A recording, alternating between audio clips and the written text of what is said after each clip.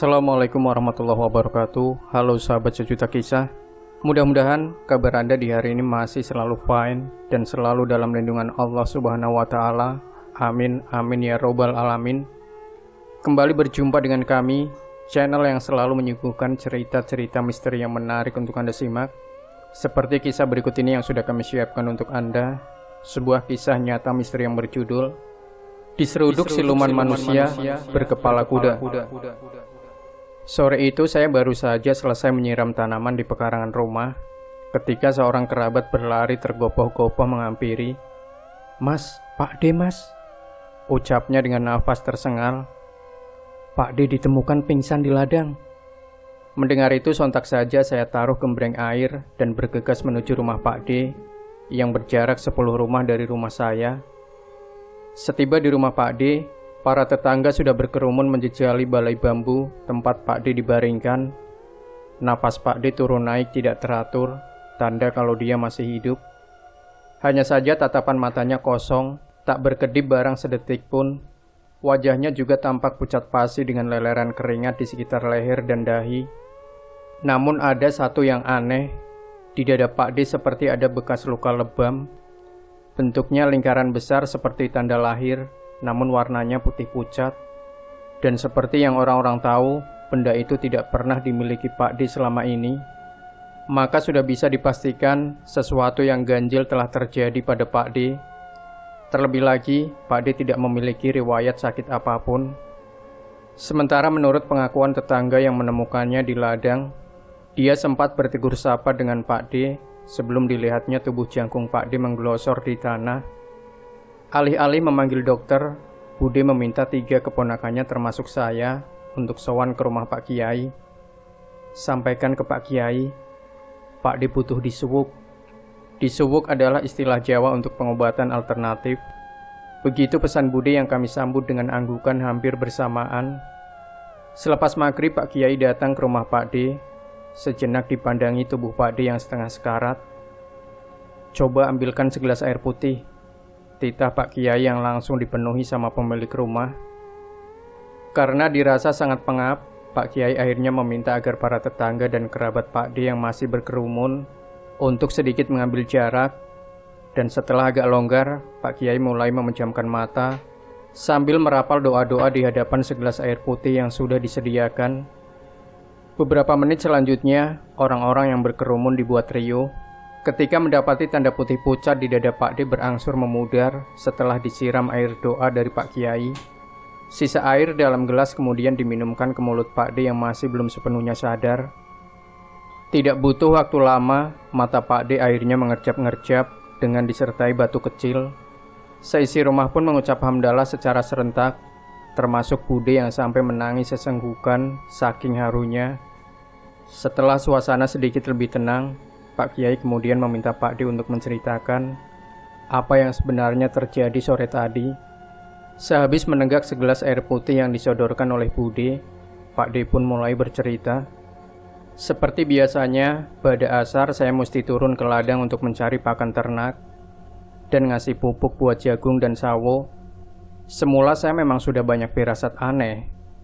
Udara di ladang terasa cukup dingin, dan suasana tiba-tiba jadi hening dan mencekam. Bulu kuduk saya juga berdiri meremang, tapi saya masih berusaha untuk gak berpikir yang aneh-aneh. Untunglah ada Karmijan menyapa saya.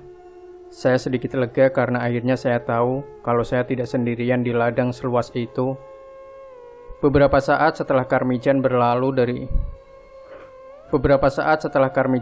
ke petak ladangnya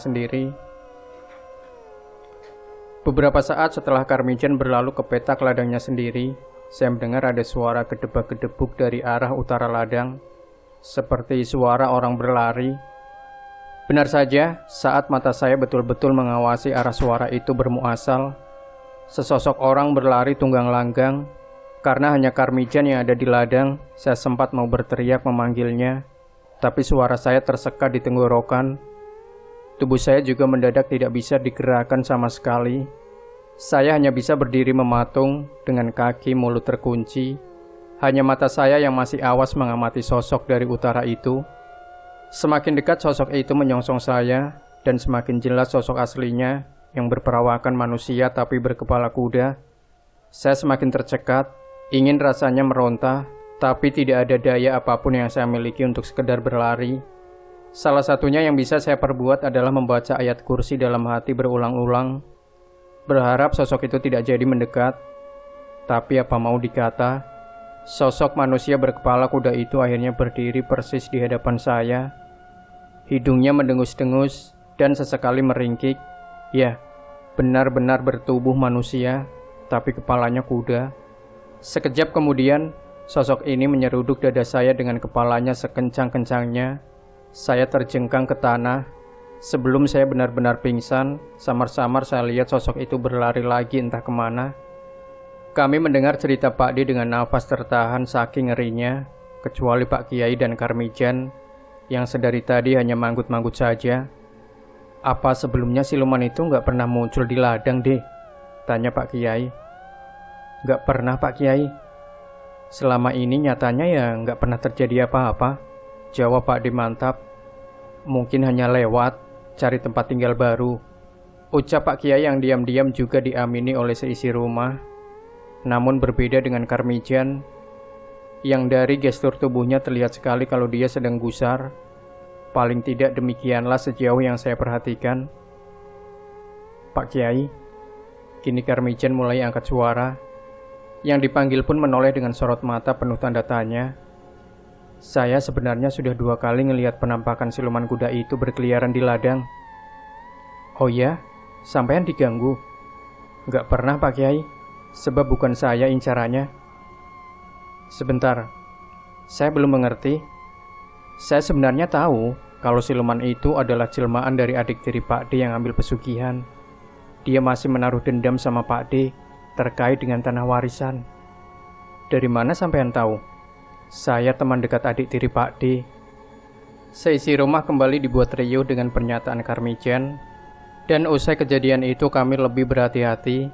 Dan apa yang dikatakan oleh Karmijan, apakah benar kalau adik tiri Pak D mempunyai pesugihan? Dan apakah pernyataan dari Karmijan itu benar? Wallahu a'lam. Demikian sahabat Sejuta Kisah.